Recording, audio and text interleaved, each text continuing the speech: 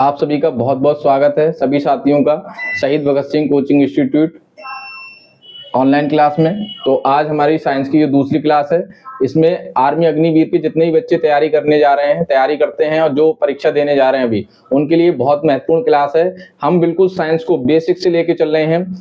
पिछली क्लास में हमने पोषण से संबंधित जितनी भी जानकारी थी उसको हमने रखा। आज जो है हमारी दूसरी क्लास है, ये है पाचन हमारा। तो पाचन से संबंधित जितने क्वेश्चन हो सकते हैं आपको आज उतने सब क्वेश्चन मिलेंगे और एक एक क्वेश्चन को हम बहुत अच्छे से बारीकी से करेंगे, बहुत ध्यान से करेंगे। तो सभी बच्चे इस क्लास को बहुत अच्छे से देखेंगे, बिल्कुल बेसिक से, है ना। छोटी छोटी चीजें जो आपको जानकारी आज बहुत ज्यादा कुछ मिलने वाली है इस क्लास में, तो सभी बच्चे पूरी क्लास को देखें। पहले क्वेश्चन की तरफ हम बढ़ते हैं, ठीक है।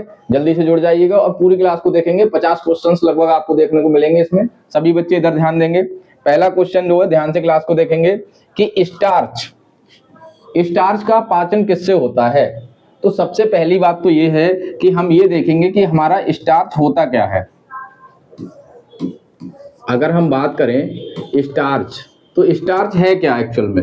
अगर हम बात करें स्टार्च की, तो स्टार्च हमारा है क्या। स्टार्च जो है हमारा एक जटिल कार्बोहाइड्रेट यौगिक है।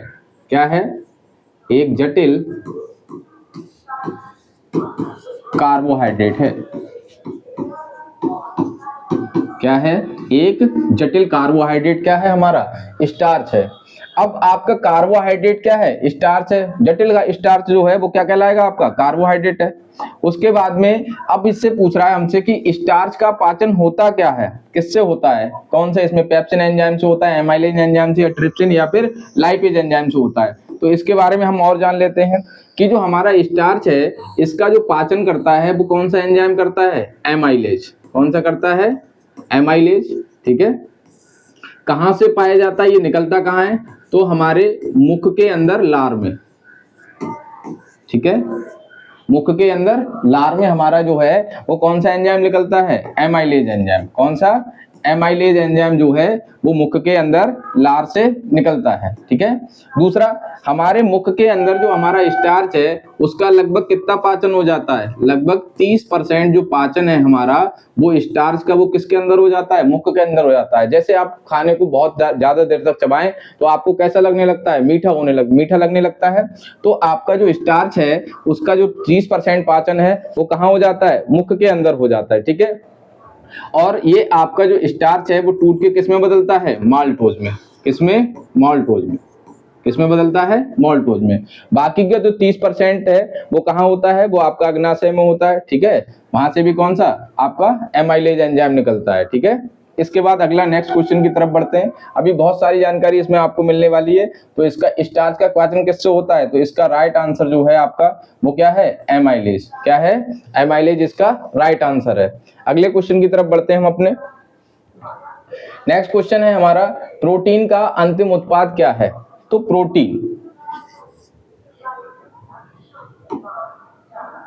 प्रोटीन का अंतिम उत्पाद क्या है? ठीक है। बात कर लेते हैं यहां पर किसकी? प्रोटीन की। ठीक है। किसकी? प्रोटीन की। प्रोटीन क्या होते हैं बेटा? प्रोटीन जो होते हैं वे बहुत बड़े अणु होते हैं। क्या होते हैं? बहुत बड़े अणु होते हैं।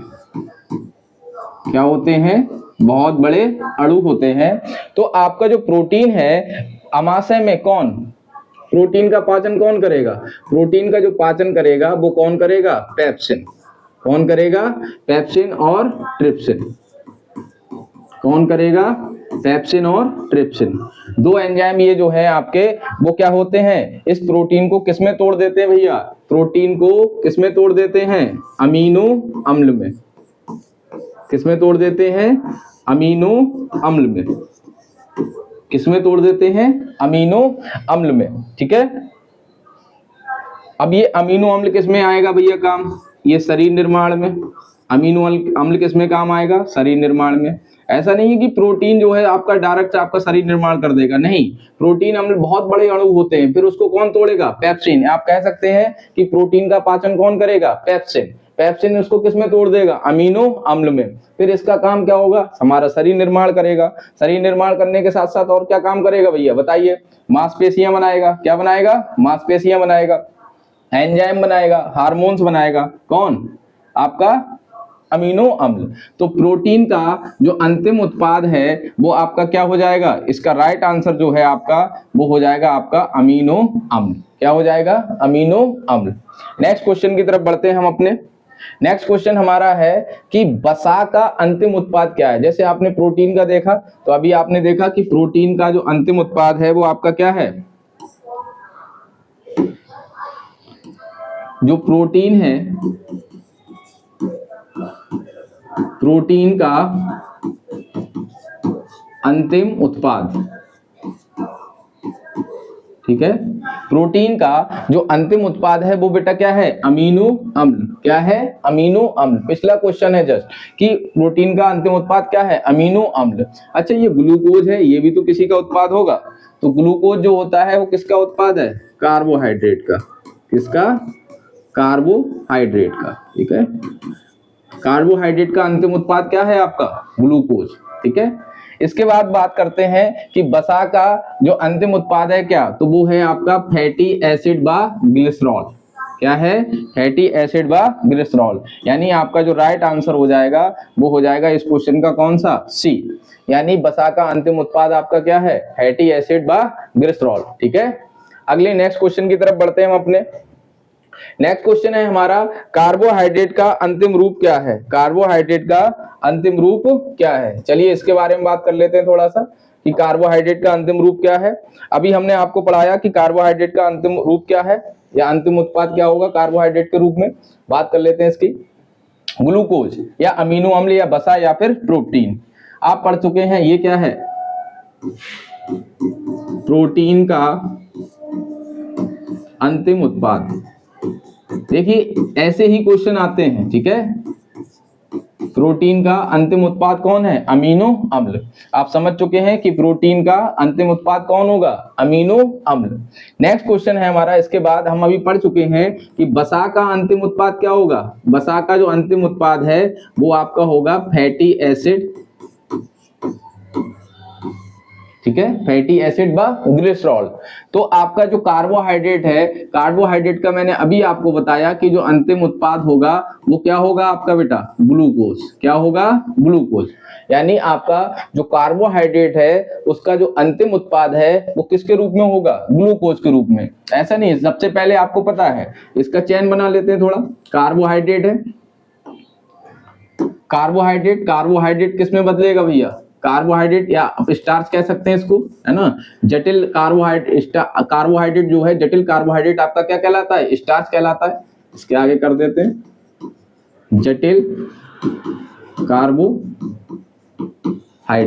ठीक है। जटिल कार्बोहाइड्रेट आपका क्या कहलाएगा, स्टार्च कहलाएगा। अब ये स्टार्च जो है इसका पाचन कौन करेगा, एमाइलेज।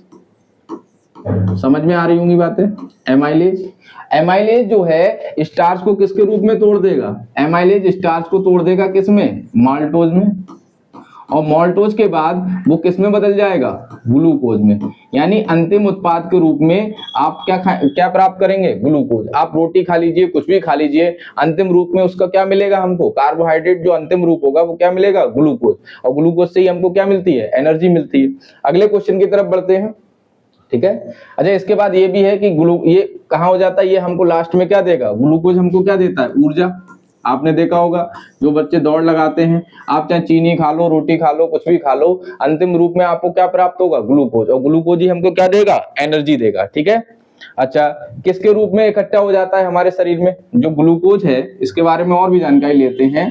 ग्लूकोज जो है वो ग्लाइकोजन के रूप में, ग्लाइकोजन के रूप में शरीर में संचित रहता है, ग्लाइकोजन के रूप में संचित रहता है कौन, ग्लूकोज, ठीक है। तो आपको क्लियर हो गया होगा। बहुत सारे क्वेश्चन आपको यहां से मिलेंगे, कौन कौन से देखेंगे इसका। पहले तो इसका राइट आंसर कर लेते हैं कि कार्बोहाइड्रेट का अंतिम रूप क्या है, ग्लूकोज। क्या है, ग्लूकोज।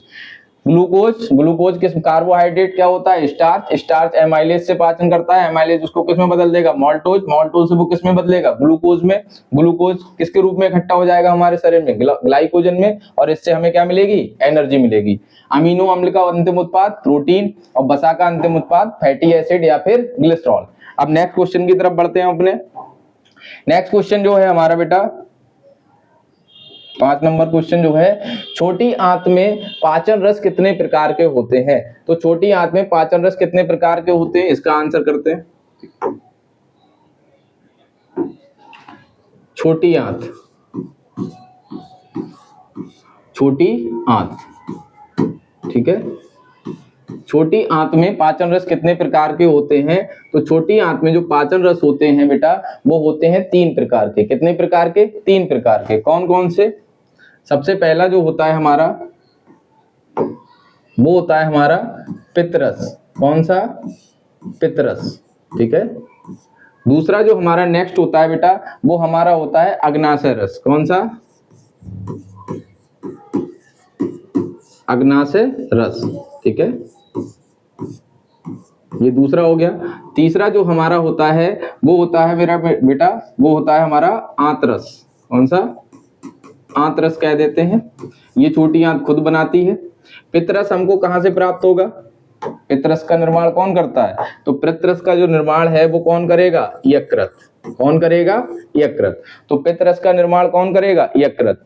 किसका पाचन करेगा भैया पित्तरस? वसा का एमल्सीकरण। वसा का, वसा का एमल्सीकरण,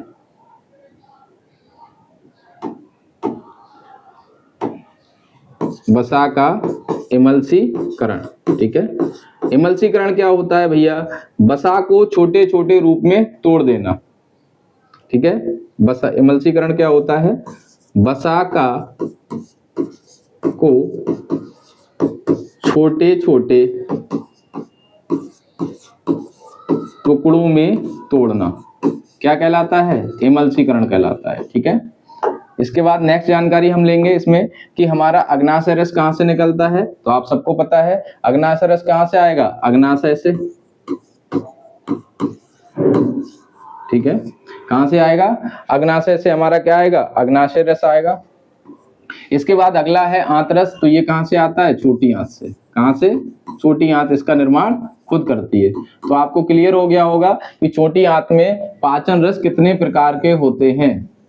छोटी आंत में पाचन रस कितने प्रकार के होते हैं? तो इसका जो राइट आंसर हो जाएगा बेटा आप लोगों का, वो हो जाएगा 3। कितने होते हैं? 3। इसका राइट आंसर है 3। अच्छा, नेक्स्ट क्वेश्चन हम बढ़ते हैं अपना अगला। कौन सा है? समझ में आ रही है सबको क्लास? बहुत अच्छी, ठीक है। एक्सप्लेनेशन भी पूरा चल रहा है आज, ठीक है। साथ साथ आपको बहुत सारे क्वेश्चन इसमें मिलेंगे। अगला क्वेश्चन हमारा है कि पाचन में कौन सा अंग सहायक नहीं है? पाचन में कौन सा अंग सहायक नहीं है? आपको पता है आपके मुख से पाचन की शुरुआत हो जाती है, यानी मुख में आपके स्टार्च का 30% पाचन कौन करेगा? एमाइलेज करेगा, ठीक है। इसके बाद में जो है पाचन करने के बाद इसमें जो है अगला क्वेश्चन हम देखेंगे इसमें, समझे? तो यकृत, यकृत क्या करता है भैया? यकृत से अभी हमने देखा कि यकृत से जो है, यकृत क्या करता है हमारा? यकृत से हमारा निकलता है पित्तरस। कौन सा? पित्तरस। कौन सा? पित्तरस, ठीक है। अग्नाशय से हमारा अग्नाशयी रस, ठीक है। हृदय लार ग्रंथियों से कौन सा एंजाइम निकलता है? एमाइलेज। कौन सा? एमाइलेज। तो आपका इसमें कौन सी, अच्छा हृदय जो होता है वो हमारा पाचन अंग में नहीं होता है। पाचन अंग में हमारा हृदय नहीं होता है। हृदय किस काम में आता है भैया? हृदय जो है हमारा रक्त को पंप करने में, किसमें? रक्त को पंप करने में,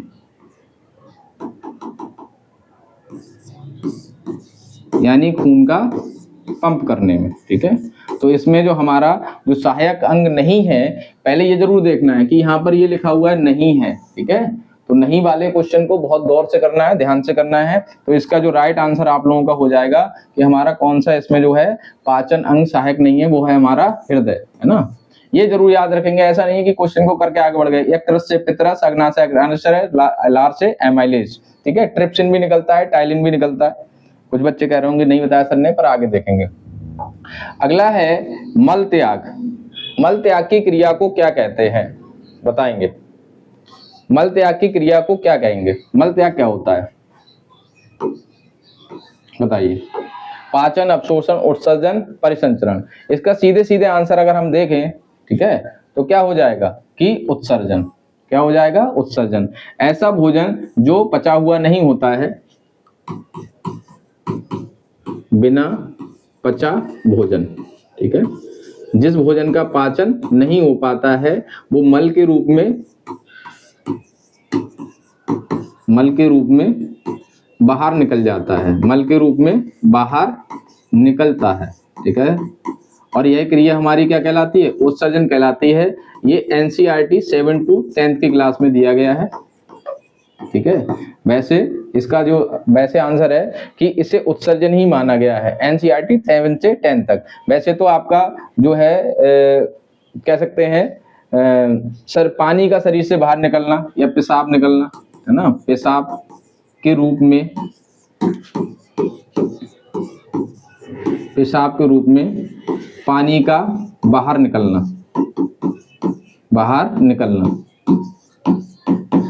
वो आपका क्या कहलाता है? उत्सर्जन कहलाता है, ठीक है। वो आपका क्या कहलाता है? उत्सर्जन कहलाता है, ठीक है। पर एनसीईआरटी जो आपकी है 7 to 10 वाली, उसमें क्या क्या है, जो मल त्याग की क्रिया है उसको भी क्या क्या माना गया है? उत्सर्जन माना गया है। अगले क्वेश्चन की तरफ बढ़ते हैं हम अपना। कौन सा अंग भोजन आगे बढ़ाता है? जीभ, अमाशय, भोजन नली, सभी, बताइएगा। तो जीभ हमारे भोजन को धक्का लगाती है, अमाशय में भोजन क्या होता है? आगे की ओर होता है, क्रमांचन गति से अमाशय में भेजती है, और अमाशय क्या करता है? भोजन को छोटी आंत में भेज देता है। जीभ से शुरुआत होती है, जीभ धक्का लगाती है, फिर भोजन नली में जाएगा, फिर अमाशय से किस में जाएगा? छोटी आंत में। तो इसका जो राइट आंसर हो जाएगा वो आपका क्या हो जाएगा? सभी, सभी, ठीक है। कौन सा अंग भोजन को आगे बढ़ाता है? कौन सी गति से भोजन आगे बढ़ता है, ये क्वेश्चन है कि जब भोजन आगे बढ़ता है तो उस गति को भोजन नली में भोजन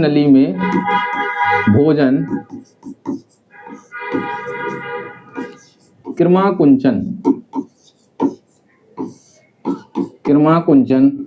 गति से आगे बढ़ता है, किर्माकुंचन गति से आगे बढ़ता है, ठीक है। किर्माकुंचन गति से आगे बढ़ता है, ठीक है।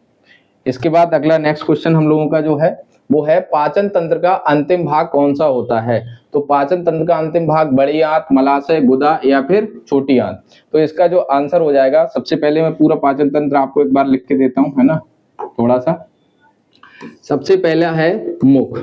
क्या है? मुख। आपको पता है आपके मुख से ही आपका पाचन शुरू हो जाता है। मुख के बाद जो होता है वो हमारा आता है अगला ग्रास नली। क्या होता है? ग्रास नली, ठीक है। समझ में आ रहा है सभी को? क्या है हमारा?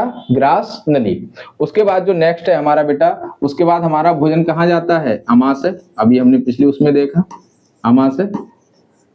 अमाशय के बाद छोटी आंत, अमाशय के बाद छोटी आंत में, और छोटी आंत के बाद कहाँ जाएगा भोजन? छोटी आंत के बाद बड़ी आंत, छोटी आंत के बाद बड़ी आंत में। उसके बाद में जो भोजन है बड़ी आंत के बाद में वो आएगा मलाशय। कहाँ आएगा? मलाशय। और मलाशय के बाद जो अंतिम है आपका वो क्या हो जाएगा? गुदा। क्या हो जाएगा? गुदा। तो इसका जो राइट आंसर हो जाएगा, पाचन तंत्र का अंतिम भाग कौन सा है? तो पाचन तंत्र का जो अंतिम भाग हो जाएगा वो क्या हो जाएगा? गुदा। क्या हो जाएगा? गुदा, ठीक है। राइट आंसर आपका क्या है, गुदा। ठीक है, गुदा से क्या होता है, मल बाहर निकलता है, इसलिए गुदा को क्या कहते हैं, गुदा जो होता है हमारा, इससे क्या होता है, हमारा अंतिम मल जो है बाहर निकलता है, इसलिए पाचन तंत्र का जो अंतिम हो जाएगा भाग या अंतिम भाग कौन सा कहलाएगा, हमारा गुदा कहलाएगा। नेक्स्ट क्वेश्चन, पाचन क्रिया का मुख्य उद्देश्य क्या है, भोजन बना, ऊर्जा बनाना, भोजन को तोड़ना, पोषक तत्व अवशोषित करना, बी और सी, बताइए। तो पाचन के भैया कौन से दो मेन काम है, भोजन तोड़ना, पाचन का मतलब क्या है, पाचन का मतलब क्या है कि जो आपने खाना खाया बड़े बड़े टुकड़ों के रूप में लिया, उसको क्या करना है, छोटे छोटे टुकड़ों में तोड़ना है। तो आपका जो भोजन है उसका जो मुख्य काम क्या हो गया, भोजन को तोड़ना। दूसरा क्या है, जब आपने कोई भोजन किया, यानी जब पिछली क्लास हमने की थी पोषण, पोषण क्या है कि जब कोई व्यक्ति या कोई भी जीव जंतु जब क्या करता है, भोजन को ग्रहण करता है, तो उसमें से पोषक तत्वों को अवशोषित करना क्या कहलाता है, पोषण। यानी अब जो उसने पोषक तत्वों से जो भोजन उसने किया, उसमें से उसने क्या किया, जो अच्छी अच्छी चीजें उनको अवशोषित किया, और उसको अवशोषित करने के बाद किया, उसने अपनी जो जीवन की उपापचयी क्रियाएं हैं, जैसे कि सांस लेना, उत्सर्जन करना, संचरण करना, उन सभी के लिए उपयोग किया, उसको हम क्या कहेंगे, पोषण। तो इसका जो पाचन क्रिया का मुख्य उद्देश्य क्या हो गया, भोजन को तोड़ना। फिर दूसरा क्या हो गया, पोषक तत्वों को अवशोषित करना, क्या करना, पोषक तत्वों को अवशोषित करना। तो अब हमारे दो ऑप्शन ठीक हो रहे हैं, तो इसका मतलब इसका कहीं ना कहीं एक ऑप्शन और भी है, उसने उन्हें दे रखा है डी का बी और सी दोनों। तो इसका जो राइट आंसर हो जाएगा हमारा, वो कौन सा हो जाएगा, डी का बी और सी। ठीक है, तो पाचन क्रिया का मुख्य उद्देश्य क्या है, दोनों को, भोजन तोड़ना और पोषक तत्व अवशोषित करना। अगला क्वेश्चन आपका, पाचन की प्रक्रिया कहां से शुरू हो जाती है, हमने अभी आपको बना के दिखाया। ठीक है, पिछली की क्लास में अभी हमने देखा, इसमें कहां से, अभी हमने देखा सबसे पहले क्या है, मुख, अंतिम क्या है, गुदा।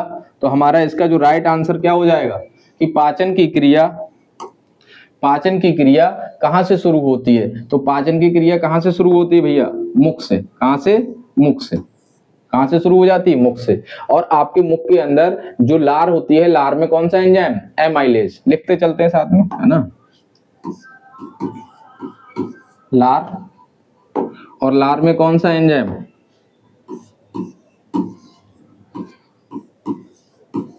एमाइलेज, कौन सा, एमाइलेज। ठीक है, किसका पाचन करेगा भैया, स्टार्च का, किसका, स्टार्च का। कितना परसेंट पाचन कर देता है, 30% पाचन कर देता है, कितना, 30% पाचन कर देता है। ट्रिप्सिन, है ना, टाइलिन, कौन सा, टाइलिन। लार में कौन सा एंजाइम, दूसरा, टाइलिन भी होता है। तो आपसे पूछ रहा है पाचन की प्रक्रिया कहां शुरू होती है, तो इसका राइट आंसर है वो आपका कौन सा है, मुख। कहां से शुरू हो जाती है, मुख से। ठीक है, नेक्स्ट क्वेश्चन की तरफ बढ़ते हैं। लार सलाइवा में कौन सा एंजाइम होता है, अभी मैंने आपको बताया, बताइए लार में कौन सा एंजाइम होता है, बताइए।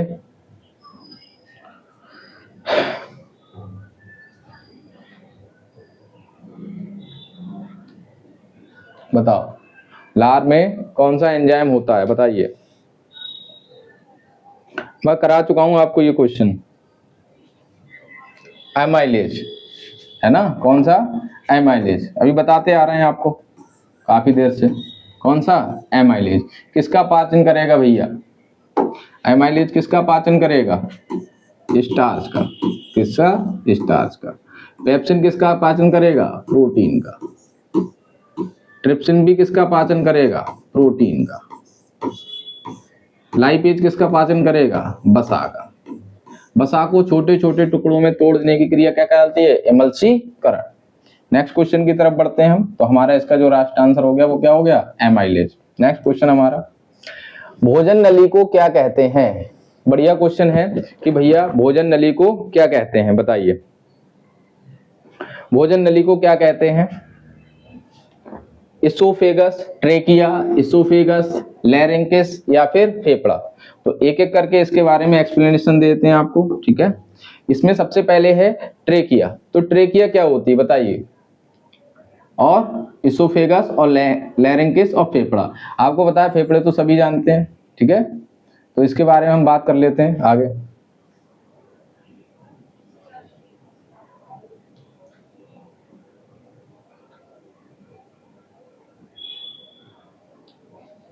ट्रेकिया, ये हमारी होती है श्वास नली, श्वास नली, ठीक है, श्वास नली। श्वास नली को क्या कहते हैं? ट्रेकिया, ठीक है। दूसरा है हमारा लैरेंकिस। लैरेंकिस को क्या बोलते हैं? स्वर तंत्र। क्या बोलते हैं? स्वर तंत्र। क्या बोलते हैं? स्वर तंत्र। यानी भोजन नली को क्या कहेंगे? एसोफेगस। ये क्या है हमारी? भोजन नली। क्या है? भोजन नली। क्या है? भोजन नली, ठीक है। तो आपको तीनों ऑप्शन क्लियर हो होंगे आज, ठीक है। कि ट्रेकिया अगर आता है तो ट्रेकिया का मतलब क्या है आपका? ट्रेकिया का मतलब है आपका श्वास नली। कौन सा? श्वास नली, ठीक है। एसोफेगस मतलब भोजन नली और लैरेंकिस मतलब स्वर तंत्र। तो इसका जो राइट आंसर आपका हो जाएगा, क्या पूछ रहा है हमसे? भोजन नली। आज पाचन से संबंधित क्वेश्चन है, तो मैं सभी क्वेश्चंस आपको जो अच्छे लेवल के क्वेश्चन है वो सभी आपके सामने हैं। तो इसका जो राइट आंसर हो जाएगा आपका, वो हो जाएगा इसका एसोफेगस, ठीक है। नेक्स्ट क्वेश्चन की तरफ हम लोग बढ़ते हैं अपना। 12-13 क्वेश्चन हो चुके हैं। अमाशय में कौन सा अम्ल पाया जाता है? पिछली क्लास में ही मैंने बताया था अमाशय में आपको कौन सा अम्ल पाया जाता है, दोबारा देख लेते हैं। अमाशय में जो अम्ल पाया जाता है वो पाया जाता है HCl। कौन सा? HCl। क्या होता है भैया? हाइड्रोक्लोरिक अम्ल। हाइड्रोक्लोरिक अम्ल क्या होता है? हाइड्रोक्लोरिक अम्ल। किसमें पाया जाएगा? अमाशय में, ठीक है। तो इसका जो राइट आंसर हो गया वो हो गया हमारा हाइड्रोक्लोरिक अम्ल या फिर HCl, ठीक है, HCl, है ना। इसमें और भी लिखे H2SO4 सल्फ्यूरिक अम्ल, ठीक है, HNO3 नाइट्रिक अम्ल, कार्बोनिक अम्ल, ठीक है। अब इसमें बात कर लेते हैं इसके बारे में कि ये करता क्या है, इसका काम क्या है। ये हाइड्रोक्लोरिक अम्ल जो अमाशय में पाया जाता है, इसका काम है क्या एक्चुअल में? ये हमारे शरीर से उससे निकल रहा है अमाशय से, इसमें पाया जाता है, तो इसका काम है बैक्टीरिया मारना। क्या मारना? बैक्टीरिया या फिर जीवाणु मारना। क्या करना? जीवाणु मारना। दूसरा इसका काम क्या है भैया? इसका काम है बैक्टीरिया मारने, और दूसरा भोजन को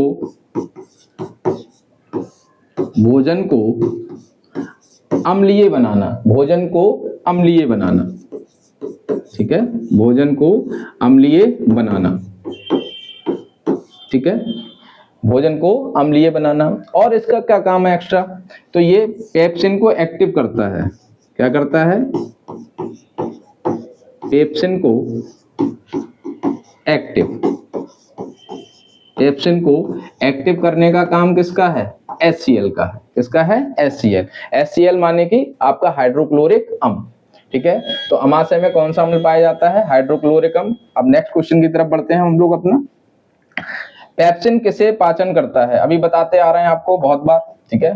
पेप्सिन किसे पाचन करता है बताइए? पेप्सिन भैया किसको पाचन करेगा? प्रोटीन को। कौन करेगा? प्रोटीन। प्रोटीन का पाचन कौन करेगा? पेप्सिन, ठीक है। प्रोटीन को किसमें तोड़ देता है? पेप्सिन जो प्रोटीन को होता है वो किसमें तोड़ देता है? पेप्टोन में। किसमें तोड़ देगा? पेप्टोन में। बहुत डिटेल में लेके जा रहे हैं क्लास को बस ना। किसमें तोड़ देगा? पेप्टोन में, ठीक है। इसका राइट आंसर क्या हो जाएगा? बता चुके हैं आपको। तो इसका राइट आंसर जो हो जाएगा वो हो जाएगा पेप्सिन, ठीक है।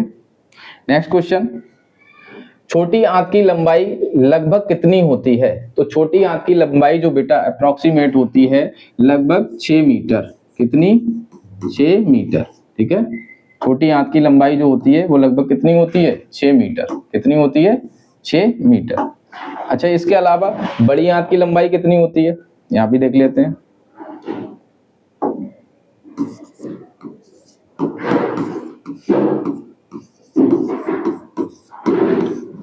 बड़ी आंत की लंबाई, तो जो बड़ी आंत की लंबाई होती है वो लगभग कितनी होती है? 1.5 मीटर। कितनी, लगभग 1.5 मीटर जो होती है वो बड़ी आंत की लंबाई, और अप्रोक्सीमेट लगभग जो हमारा होता है छोटी आंत होती है उसकी लंबाई कितनी होती है, 6 मीटर। क्यों भैया ज्यादा होती है 6 मीटर? क्योंकि यह क्या करती है, क्योंकि इससे अवशोषण ज्यादा मिले और इसके लिए ज्यादा जगह मिले अवशोषण के लिए, इसलिए इसकी लंबाई क्या होती है, ज्यादा होती है, 6 मीटर होती है। नेक्स्ट क्वेश्चन, पित्त कहाँ बनता है? अभी आपको बता चुके हैं, बहुत बार बताया है। पित्त कहाँ बनेगा? पित्त आपका जो है बेटा वो बनेगा किसमें, यकृत में। किसमें बनेगा? यकृत में बनेगा, ठीक है। पित्तरस कहाँ बनता है? यकृत में बनता है, ठीक है। क्या करेगा भैया, इसको देख लेते हैं, थोड़ा और भी बता चुके हैं। पित्तरस, पित्तरस, ठीक है। पाचन क्रिया का करेगा बसा, बसा का क्या करेगा, बसा का इमल्सीकरण, क्या करेगा, इमल्सीकरण। इमल्सीकरण का मतलब बसा को, देखेंगे बसा को छोटे छोटे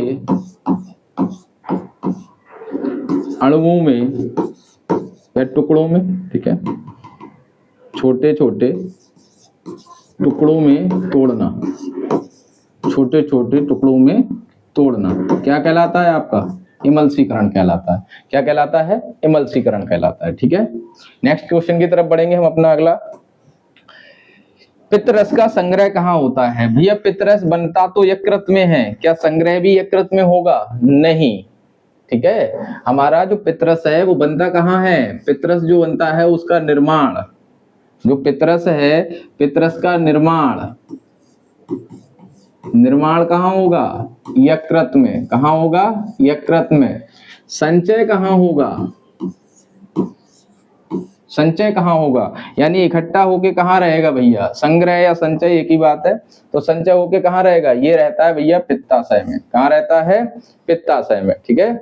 और जरूरत पड़ने पर ये पित्ताशय इसे किस में भेज देता है? छोटी आंत में। लिख देंगे इसमें,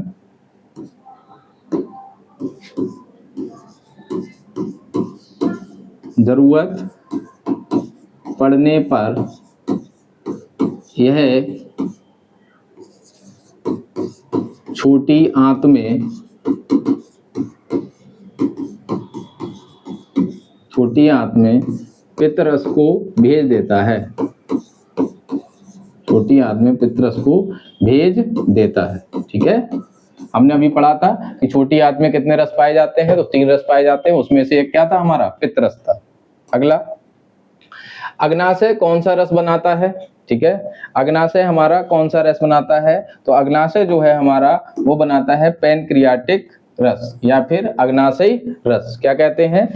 पैनक्रियाटिक रस या फिर अग्नाशयी रस। इसमें होता क्या क्या है मैं आपको पहले ही बता चुका हूं, मैंने लिख के ही बताया था। ये पूरा पैकेज होता है, अग्नाशयी जो रस है हमारा वो पूरा पैकेज होता है। इसमें क्या क्या होता है? इसमें आपका एमाइलेज, ठीक है, एमाइलेज, ट्रिप्सन, ठीक है, और लाइपेज, और लाइपेज। तो आपसे कोई कहे कि पूरा पैकेज या इसमें सभी एंजाइम पाए जाते हैं, वो कौन सा रस होता है? तो पैनक्रियाटिक रस या फिर अग्नाशयी रस। कहाँ बनता है भैया? कौन बनाता है? तो अग्नाशय बनाता है, यानी आपका इसमें जो आपका आंसर हो जाएगा वो हो जाएगा पैनक्रियाटिक रस, ठीक है। नेक्स्ट क्वेश्चन की तरफ बढ़ते हैं। पित्तरस, अब आप देख चुके हैं पित्तरस का निर्माण कौन करता है? यकृत जो होता है इसका करता है निर्माण, और संचय कहाँ रहता है? ये आपका जो पित्तरस है उसका संचय कहाँ होता है? पित्ताशय में। कहाँ रहता है? पित्ताशय में, ठीक है। लार में कौन सा एंजाइम? एमाइलेज। कितना परसेंट पाचन? 30% पाचन, ठीक है। दूसरा एंजाइम इसमें टाइलिन, ठीक है, भोजन को गीला करना या फिर इसको 30% किसका? स्टार्च का पाचन करना। नेक्स्ट क्वेश्चन, बसा का पाचन कहाँ होता है भैया? तो बसा का पाचन कहाँ होगा? बसा का पाचन होता है हमारा छोटी आंत में। कौन सी आंत में? छोटी आंत में। छोटी आंत को, छोटी आंत में कौन होता है? पित्तरस। क्या होता है? पित्तरस। आता कहां से है? आता कहाँ से है? तो भैया अभी हमने देखा पित्ताशय में इकट्ठा रहता है। कहाँ रहता है? पित्ताशय में। पित्ताशय में रहता है। निर्माण कौन करता है? निर्माण कौन करता है? यकृत। कौन करता है? यकृत। तो वसा का पाचन कौन करता है? वसा का पाचन करता है पितरस। कौन करता है? पितरस। कहाँ होता है?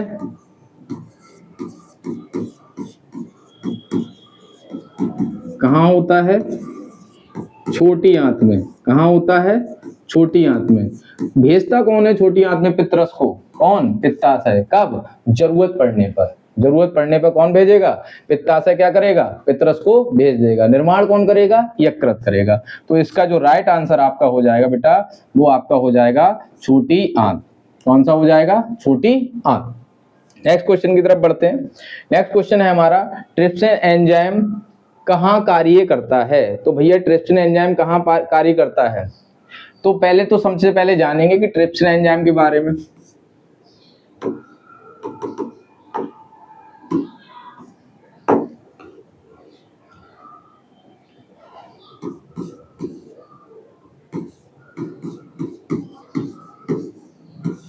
ट्रिप्सिन एंजाइम, ठीक है। ट्रिप्सिन एंजाइम जो है वो है क्या? वो बेटा आपका ट्रिप्सिन एंजाइम जो है वो अग्नाशय रस का एक एंजाइम है। किसका? अग्नाशय रस का एंजाइम।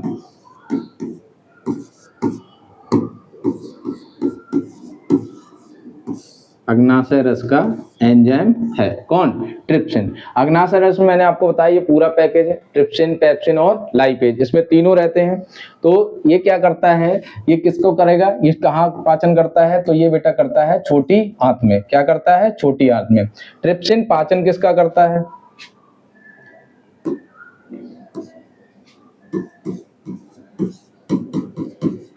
ट्रिप्सिन प्रोटीन का पाचन करता है। किसका पाचन करता है? प्रोटीन का।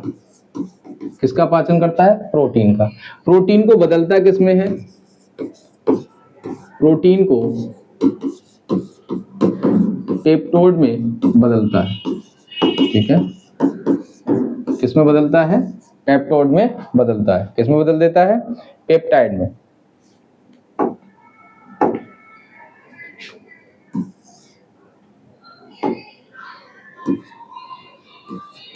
किसमें बदल देता है? पेप्टाइड में, ठीक है।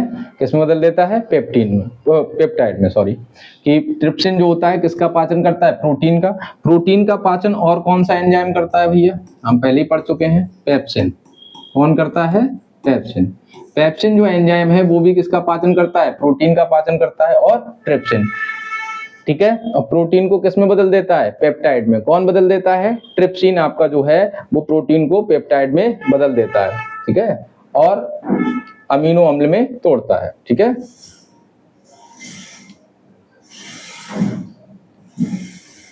आगे बढ़ते हैं नेक्स्ट क्वेश्चन की तरफ। बड़ी आंत का मुख्य कार्य क्या है? तो बड़ी आंत का मुख्य कार्य आप सभी जानते हैं क्या है भैया? जल का अवशोषण करना, क्योंकि इसमें जो बिना पचा हुआ भोजन होता है वो आता है और उससे क्या करता है? ये जल का अवशोषण करता है। ये क्या है? बड़ी आंत का मुख्य कार्य। नेक्स्ट क्वेश्चन की तरफ पढ़ेंगे। पाचन तंत्र का सबसे बड़ा ग्रंथि कौन सा है? तो हम इसके बारे में बात कर चुके हैं, दोबारा भी देख लेते हैं। पिछली क्लास में हमने किया था कि पाचन तंत्र का जो सबसे बड़ा ग्रंथि है बेटा वो है हमारा कौन सा? यकृत। कौन सा है? यकृत। अब यकृत के बारे में बात कर लेंगे, ठीक है। लगभग 1.5 किलोग्राम। कितने? 1.5 किलोग्राम का होता है लगभग। कितने का होता है? लगभग 1.5 किलोग्राम इसका क्या होता है? वजन, ठीक है। इसका काम क्या है भैया? ग्लूकोज को स्टोर कर लेता है,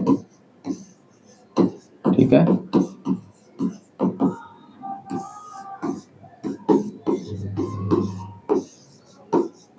पितरस का निर्माण, पितरस का निर्माण करता है। तीसरा और क्या है इसमें? ये क्या करता है? विषैले पदार्थ, जो विषैले पदार्थ है यानी आप थोड़ा बहुत विषैला अगर कुछ चला जाता है मुंह में उसको खत्म कर देता है ना। विषैले पदार्थ को डिटॉक्स क्या करता है, विषैले पदार्थ को डिटॉक्स करता है। ठीक है, अगले नेक्स्ट क्वेश्चन की तरफ चलते हैं। आज क्लास समझ में आ रही होगी, एक लंबी क्लास होने वाली है पर अच्छा समझ में आ रहा होगा, कोई भी क्वेश्चन बचने वाला नहीं है आज से। बिली कहाँ पाए जाते हैं, बिली कहाँ पाए जाते हैं भैया बताइए, बिली कहाँ पाए जाते हैं? तो बिली जो है वो छोटी आंत की अंदरूनी दीवार पे पाए जाते हैं। कहाँ पाए जाते हैं?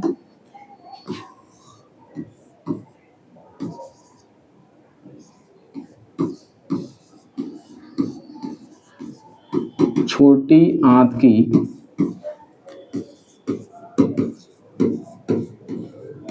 अंदरूनी दीवार में।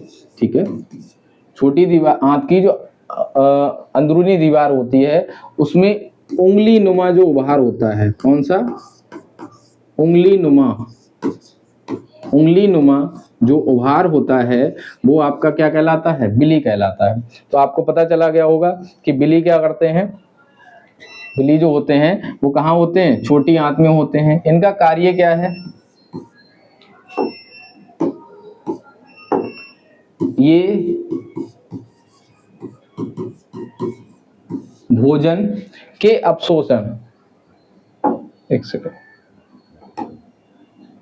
ये अवशोषण की जो सतह है 10 गुना बढ़ा देते हैं। अवशोषण की जो सतह है उसे 10 गुना बढ़ा देते हैं। जो अवशोषण की सतह है उसको क्या करते हैं? ये लगभग 10 गुना बढ़ा देते हैं। कौन? बिली। ये क्या होते हैं? छोटी आंत की जो अंदरूनी दीवारें होते हैं उसमें उंगली नुमा संरचना जो होती है वो आपकी क्या कहलाती है? बिली कहलाती है। कहाँ होता है?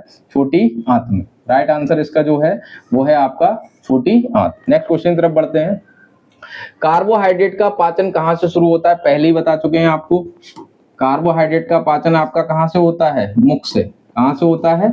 मुख से। ठीक है, मुख में स्टार्च के रूप में। ठीक है, स्टार्च किसमें टूटता है? एमाइलेज एन नामक एंजाइम से, एमाइलेज एंजाइम। ठीक है, एमाइलेज एंजाइम। ठीक है, तो आपको कार्बोहाइड्रेट का पाचन कहाँ से शुरू हो जाता है? मुख से। कहाँ से हो जाता है? मुख से। नेक्स्ट क्लास की तरफ बढ़ते हैं, नेक्स्ट क्वेश्चन की तरफ, सॉरी।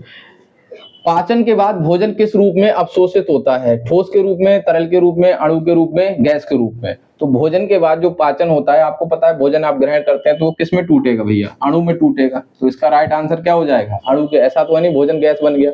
पाचन के बाद भोजन किस रूप में अवशोषित होता है? अणु के रूप में। नेक्स्ट क्वेश्चन, अमाशय में भोजन कितने समय तक रहता है? ये अच्छा क्वेश्चन है। तो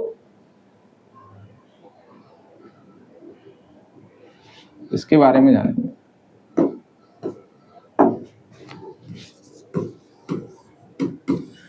इसके बारे में जानेंगे।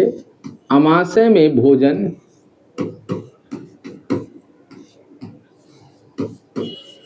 मंथन करके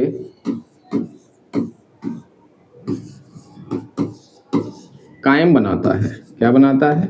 कायम बनाता है। ठीक है, आपको पूछता जाएगा कि भोजन जो है कायम क्या है? तो किसके रूप में बनता है? भोजन जो होता है पचने के बाद लगभग लगभग उसमें क्या बनता है? उसको हम कहते हैं कायम। क्या बनता है? कायम। ठीक है, और लगभग भोजन आपका जो अमाशय में है वो कितना? 3 से 4 घंटे। कितना? 3 से 4 घंटे जो होता है आपका अमाशय में भोजन इकट्ठा रहता है। ठीक है, तो इसका राइट आंसर क्या हो जाएगा आप लोगों का? कि अमाशय में भोजन कितने घंटे रहता है? तो अमाशय में भोजन कितना? 3 से 4 घंटे। नेक्स्ट क्वेश्चन की तरफ बढ़ते हैं। अगला क्वेश्चन, इंसुलिन कौन बनाता है? बहुत अच्छा क्वेश्चन है। इंसुलिन कौन बनाता है? इंसुलिन एक हार्मोन्स है।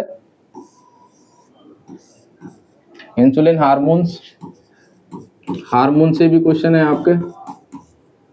इंसुलिन एक हार्मोन से। ठीक है, क्या करता है भैया? वृद्धि होने से मधुमेह नामक रोग हो जाता है। कौन सा रोग हो जाता है? मधुमेह, या फिर शुगर कह लो, या फिर डायबिटीज कह लो, रोग, मधुमेह रोग हो जाता है। ठीक है, कौन सा रोग हो जाता है? मधुमेह रोग हो जाता है। ठीक है, किसके वृद्धि होने से? इंसुलिन हार्मोन की वृद्धि होने से कौन सा रोग हो जाता है? इंसुलिन हार्मोन की वृद्धि होने से जो रोग होता है वो हो जाता है आपका मधुमेह। बनाता कौन है इंसुलिन हार्मोन्स को? यकृत बनाता है, अग्नाशय बनाता है, अमाशय बनाता है, या फिर गुर्दा बनाता है? बताइएगा।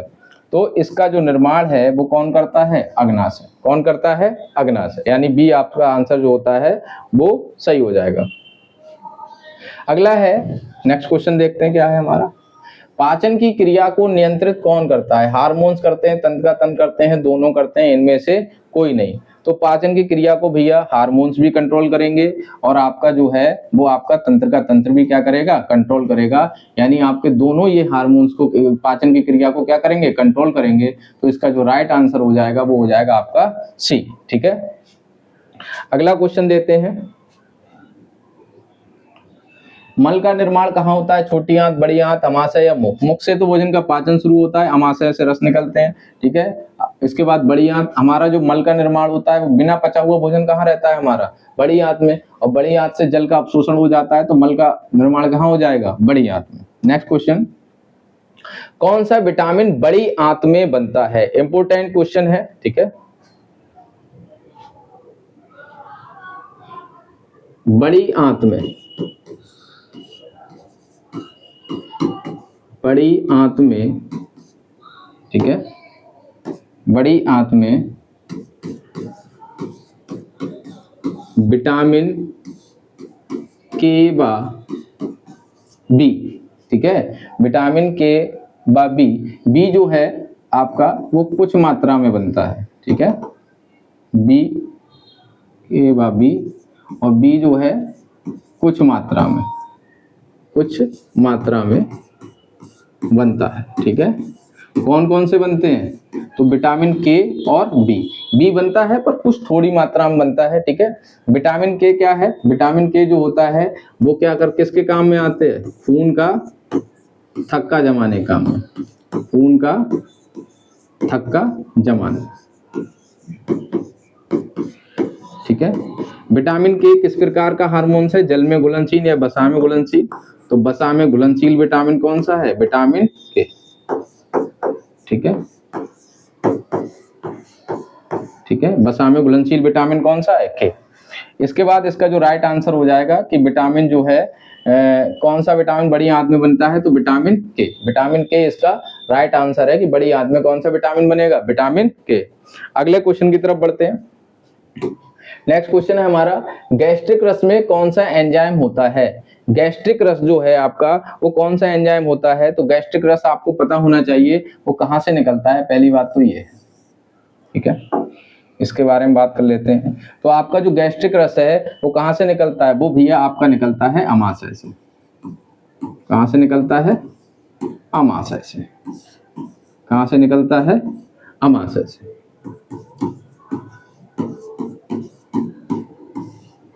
कहां से निकलता है? अमाशय से आपका क्या निकलता है? गैस्ट्रिक रस निकलता है। ठीक है, इसमें आपका कौन कौन से होते हैं?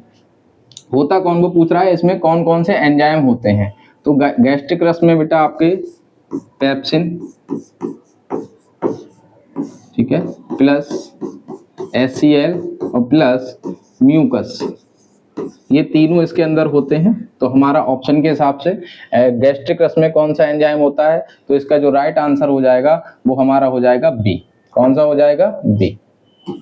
गैस्ट्रिक रस में कौन सा एंजाइम होता है? पेप्सिन। नेक्स्ट क्वेश्चन की तरफ बढ़ेंगे। वसा का इमल्सिफिकेशन कौन करता है? बहुत बार बता चुके हैं अभी आपको कि वसा का इमल्सिफिकेशन कौन करता है। इमल्सीकरण या इमल्सिफिकेशन एक ही बात है।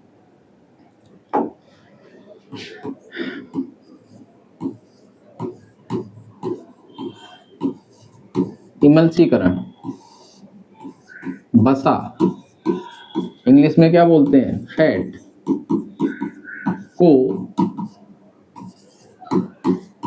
छोटे छोटे टुकड़ों में तोड़ना, छोटे छोटे टुकड़ों में तोड़ना क्या कहलाता है आपका? इमल्सिफिकेशन या फिर इमल्सीकरण। कौन करता है भैया? पितरस। कौन सा? पितरस। कौन करेगा? पितरस। किसका? वसा का पाचन। ठीक है, वसा का इमल्सीकरण।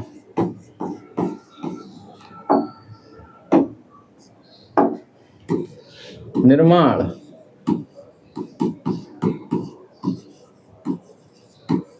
यकृत में, संचय, पित्ताशय में। ठीक है, किसका? पितरस का। तो आपका इसका राइट आंसर जो हो जाएगा वो हो जाएगा कौन सा? पित्त। क्या हो जाएगा? पित्त। वसा का इमल्सीकरण कौन करता है? पित्त करता है। ठीक है, छोटी छोटी बूंदों में तोड़ देना। ठीक है, पाचन की अंतिम प्रक्रिया कहाँ होती है? तो पाचन की अंतिम प्रक्रिया आपको बता चुके हैं कि भोजन जो होता है, पाचन अंग के बारे में पूछे तो आपका गुदा हो जाएगा।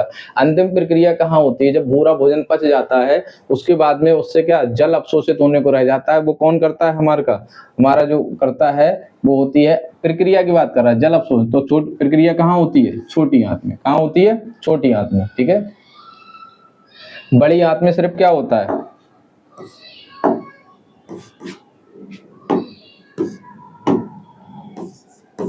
पानी का अवशोषण। बड़ी आंत में सिर्फ क्या होता है? पानी का अवशोषण होता है सिर्फ। ठीक है, नेक्स्ट क्वेश्चन की तरफ बढ़ते हैं। भोजन का अवशोषण मुख्यतः कहाँ होता है? भोजन का अवशोषण मुख्यतः कहाँ होता है?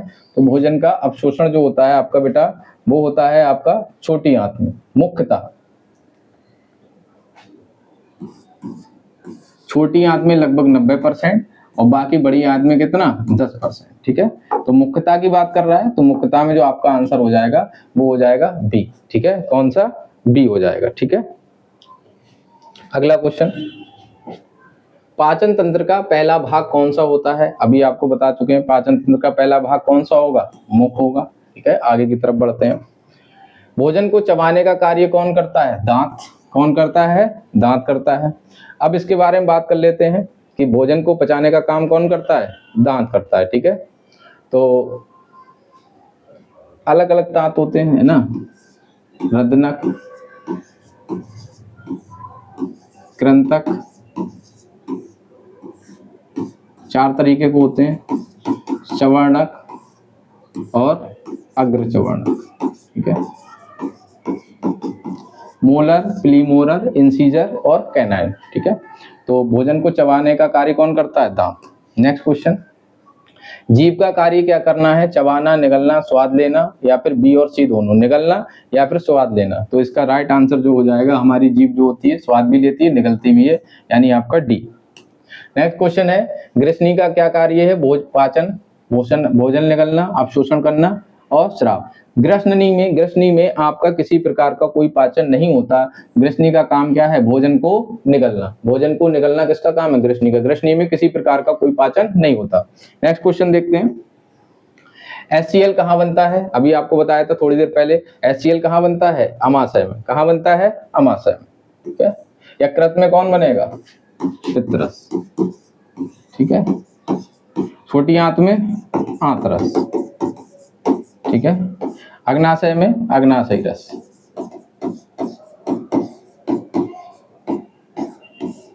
ठीक है, अग्नाशयी रस। नेक्स्ट क्वेश्चन बढ़ते हैं, पाचन तंत्र में कुल कितने प्रमुख अंग होते हैं? तो पाचन तंत्र में कुल कितने प्रमुख अंग होते हैं? पाचन तंत्र में कुल प्रमुख अंग होते हैं भैया, बना लेते हैं हम एक बार अपनी तरफ से। तो सबसे पहले हमारा पाचन तंत्र में हमने आपको थोड़ी देर पहले बताया, मुख क्या होता है? मुख नंबर 1। नंबर 2, मुख के बाद जो हमारा आता है वो होती है ग्रसनी, तंत्र में आता है, पाचन नहीं होता है। ठीक है, 2। तीसरा नंबर है हमारा ग्रास नली। कौन सा? ग्रास नली। चौथा नंबर जो हमारा है ग्रास नली के बाद अमाशय। अमाशय के बाद जो है 5वां नंबर छोटी आंत, छोटी आंत, छोटी आंत इधर ही कर लेते हैं। 5 नंबर जो है हमारा वो हो गई हमारी छोटी आंत। 6 नंबर जो हो जाएगा वो आपकी हो जाएगी बड़ी आंत, वो आपकी क्या हो जाएगी बड़ी आंत। और बड़ी आंत के बाद क्या हो जाएगा गुदा, क्या हो जाएगा गुदा। कितना नंबर 7 नंबर। तो मुख्यतः लगभग कितने होते हैं इसमें पाचन तंत्र में कितने भाग होते हैं 7। कितने 7। इसका राइट आंसर हो जाएगा 7। नेक्स्ट क्वेश्चन की तरफ बढ़ते हैं। अग्नाशय का दूसरा नाम क्या है, अभी बताया आपको पैनक्रियाज। क्या है इसका दूसरा नाम पैनक्रियाज। ठीक है, ये कहाँ होता है अमाशय के पीछे, अमाशय के पीछे। ठीक है, अमाशय के पीछे। अगले क्वेश्चन पे बढ़ते हैं। पित्तरस में कौन सा एंजाइम नहीं होता। तो पित्तरस में कौन सा एंजाइम नहीं होता। तो पित्तरस में किसी प्रकार का कोई एंजाइम भैया नहीं होता है। ठीक है, जो अग्नाशय रस है उसमें सभी होते हैं और पित्तरस में किसी प्रकार का कोई एंजाइम नहीं होता है। ठीक है, इसका सही आंसर हो जाएगा। अगला क्वेश्चन, पाचन में सहायक दांतों का प्रकार कौन सा है। कि जो भैया पाचन में हमारे दांत सहायक होते हैं वो कौन से होते हैं। ठीक है, कृंतक, कृंतक हमारे क्या करते हैं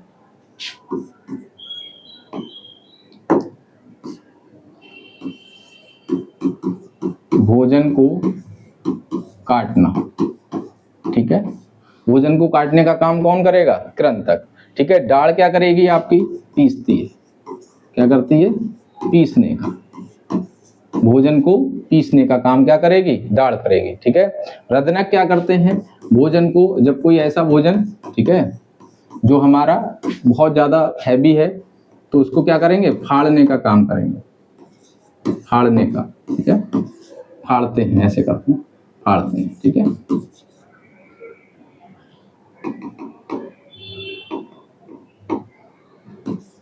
क्या करते हैं फाड़ते हैं। ठीक है, तो इसमें तीनों हो गए। तो पाचन में सहायक दांतों का प्रकार कौन सा है, तो इसमें सभी है भैया, इसका राइट आंसर हो जाएगा आपका सभी। ठीक है, नेक्स्ट क्वेश्चन की तरफ बढ़ते हैं। पाचन में पानी का क्या कार्य है, पाचन को रोकना, घोल बनाना, अवशोषण रोकता है, इनमें से कोई नहीं, बताइए। तो पाचन का काम क्या, पानी का क्या काम है भैया, क्या बनाते हो पानी से, घोल ही तो बनाते हो। तो इसका राइट आंसर क्या हो जाएगा घोल बनाना। नेक्स्ट क्वेश्चन, अमाशय की दीवार में कौन सी ग्रंथियां होती हैं। अच्छा क्वेश्चन है, अमाशय की दीवार में कौन सी ग्रंथियां होती हैं। तो बता चुके हैं आपको कौन सी गैस्ट्रिक ग्रंथियां, कौन सी गैस्ट्रिक ग्रंथियां, लार ग्रंथियां मुख के अंदर। ठीक है, इसके बारे में बात करते हैं। तो आपका अमाशय की दीवार में कौन सी ग्रंथियां गैस्ट्रिक ग्रंथियां। छोटी आंत के 3 भाग कौन कौन से होते हैं। अच्छा क्वेश्चन है कि छोटी आंत के कौन कौन से भाग होते हैं। तो ड्यूडोनम, जेजुनम और इलियम। इसका राइट आंसर क्या हो जाएगा ए वाला हो जाएगा। ठीक है, इसको क्या बोलते हैं हिंदी में लिख देते हैं, ये है ग्रहणी। क्या है ग्रहणी। ये क्या है भैया, ये जो आपका दूसरा लिखा हुआ है यह है मध्यांत्र, बीच का भाग। ठीक है, और इलियम आपका जो है वो क्या होता है शेषांत्र, इंग्लिश में नाम लिखिए शेषांत्र। ठीक है, तो इसके ये सभी नाम हो गए होंगे, आपको क्लियर हो गया होगा। ठीक है, नेक्स्ट क्वेश्चन तरफ बढ़ते हैं। पाचन में एंजाइम का क्या कार्य है, भोजन बनाना, भोजन तोड़ना, भोजन जमा करना या फिर भोजन, इनमें से कोई नहीं। तो तब से बताते आ रहे हैं आपका भोजन को तोड़ना, स्टार्च को माल्टोज में तोड़ देना। ठीक है, प्रोटीन को पेप्सिन एंजाइम जो होता है ट्रिप्सिन है, प्रोटीन को पेप्टाइड में तोड़ देता है। ठीक है, तो पाचन का एंजाइम में क्या कार्य है, तो एंजाइम क्या करते हैं भोजन को तोड़ देते हैं। नेक्स्ट क्वेश्चन बढ़ते हैं अपना। रेक्टम का क्या कार्य है, रेक्टम जो है उसका क्या कार्य है, पाचन अवशोषण करना, क्या करना, बताइए रेक्टम का क्या कार्य है। मल संग्रह करना, क्या कार्य है मल संग्रह करना। नेक्स्ट क्वेश्चन, मानव शरीर में पाचन की प्रक्रिया किस प्रकार की होती है? भौतिक, रासायनिक, दोनों, इनमें से कोई नहीं। बताइए। तो भैया मानव के शरीर में जो पाचन की क्रिया होती है वो कैसी होती है? भौतिक भी होती है और रासायनिक होती है। ठीक है, दांत चबाते हैं, ठीक है, अग्नाशय, ठीक है, उसको क्या करता है? मंथन करता है, और एंजाइम क्या करते हैं? उसको तोड़ देते हैं। तो आपके ये आज पूरे 50 क्वेश्चन थे। बोर्ड पे आपको बहुत सारे 50 का लगभग मुझे लगता है कि 100 क्वेश्चन लगभग हम लोगों को मिले होंगे इसमें, है ना? तो अच्छे से आप इस क्लास को पूरा करेंगे और देखेंगे, और ये आपके परीक्षा में आने वाले क्वेश्चन है, बहुत डिटेल में गए हैं। आपको इस क्लास का पीडीएफ भी मिल जाएगा, जैसा यहाँ बोर्ड पर लिखा हुआ है वैसा पीसी पीडीएफ आप लोगों को मिल जाएगा। तो मेहनत से करते रहिए, आपके हर रोज क्लास आने वाली बायोलॉजी की। रोज आपको एक क्लास, एक टॉपिक, कल पोषण, उससे पहले बाद पाचन, पाचन के बाद अगला टॉपिक आपको अब जल्दी ही नेक्स्ट क्लास में मिल जाएगा कल। ठीक है, धन्यवाद।